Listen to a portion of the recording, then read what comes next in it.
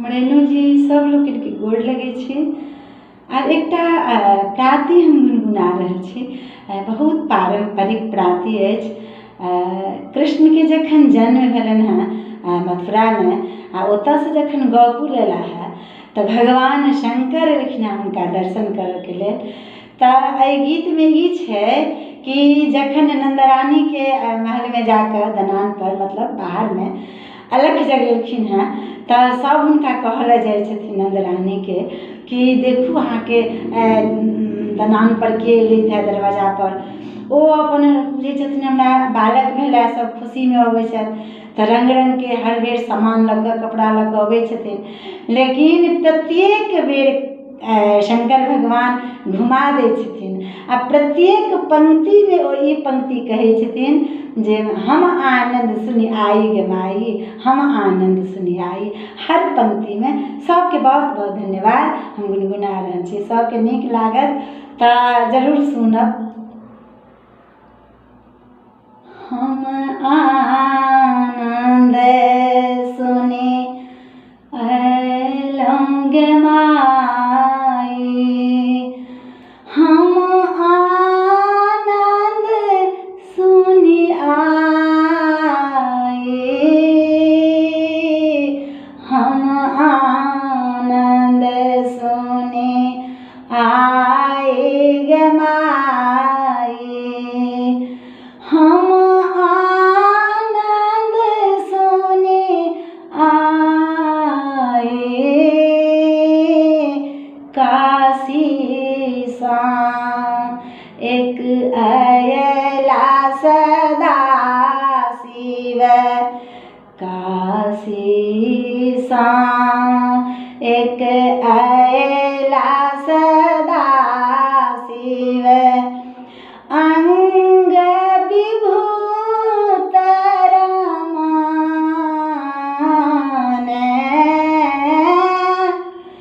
अंग विभूत रमान, हम आनंद सुनि आई गे माई, हम आनंद सुनि आई। नंद गृह अलख जगाए गे माई, नंद गृह अलख जगाए। सिंही डामरू ओ मृग छाला, सिंही डामरू ओ मृग छाला, नंद गृह अलख जगाए, नंद गृह अलख जगाए। हम आनंद सुनि आई गे माई, हम आनंद सुनि आई गे माई, हम आनंद सुनि आई।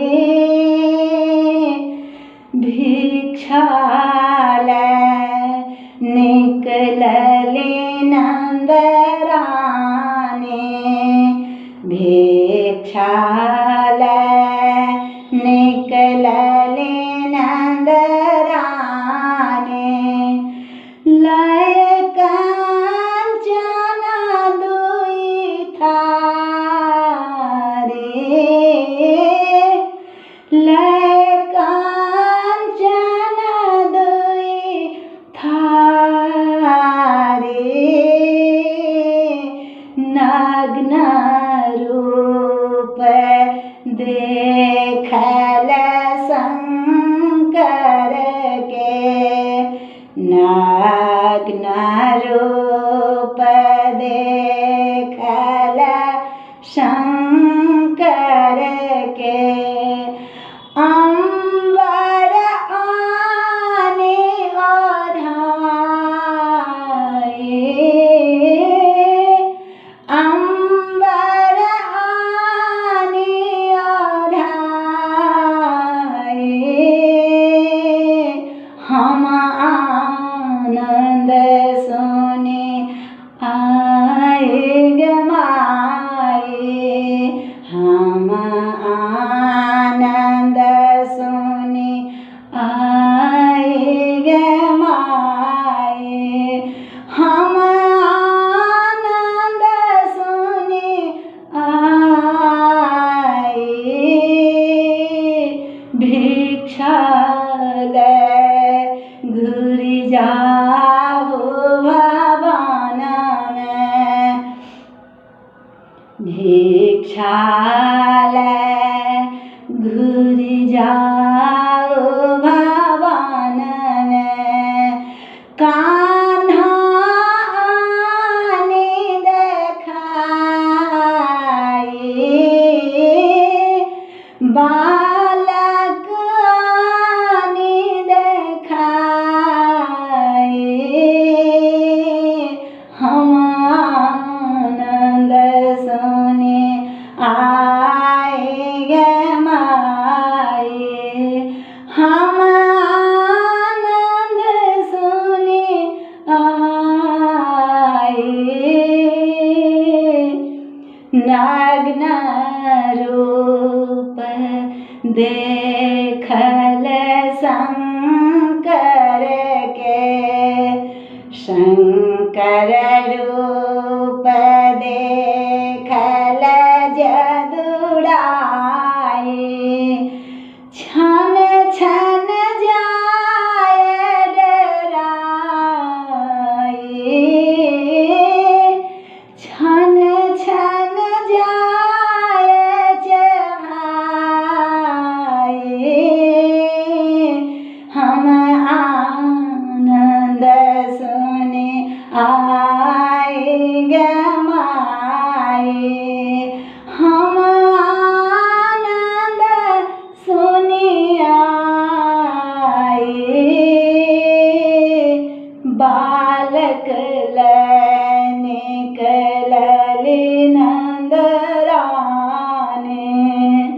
बालक निकलले नंदराने,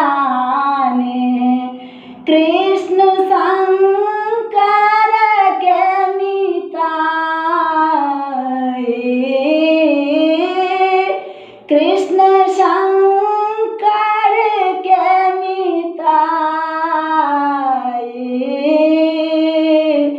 कर जोरे ठार शिव शंकर, कर जोड़ी ठार शिव शंकर, हरि चरणन सिरुनाए,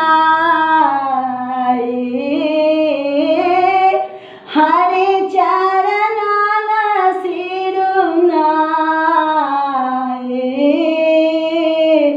तीन बेर परिक्रमा कऽ, तीन बेर परिक्रमा कऽ, हरि चरणन सिरुनाए,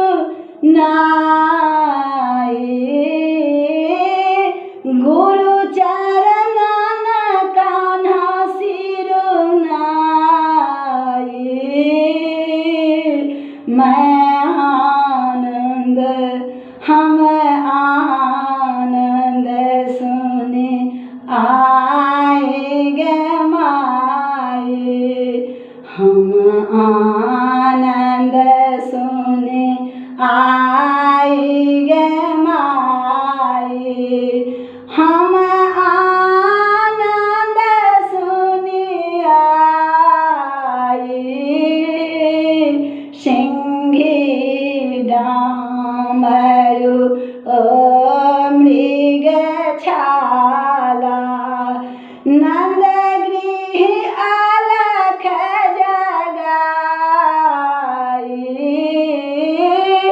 ना